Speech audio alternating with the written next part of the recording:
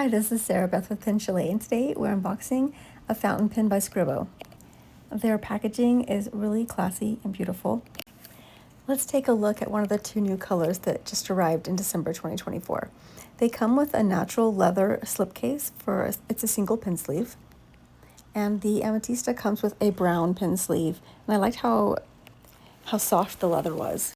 The brand also includes plenty of information and your warranty information inside the pen box. All right, this is a good look at the Amethysta color, and it's a beautiful amethyst-inspired resin paired with yellow gold trim. I love the deep purple of this pen. And it does feature the popular Scribo oval design with two facets. Let's get a good close look here so you can see the facets there. And it does have the Scribo name engraved in the barrel in a really subtle fashion. I really like when the name is there, but also really subtle. It's a threaded cap. And this is a good look at your 18 karat gold nib, and it says right on the nib, feel the writing.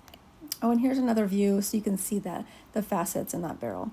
It is a cartridge converter fountain pen with a push-in style converter, and it functions with that piston style mechanism. You can also replace that converter with a standard international size ink cartridge if you'd like.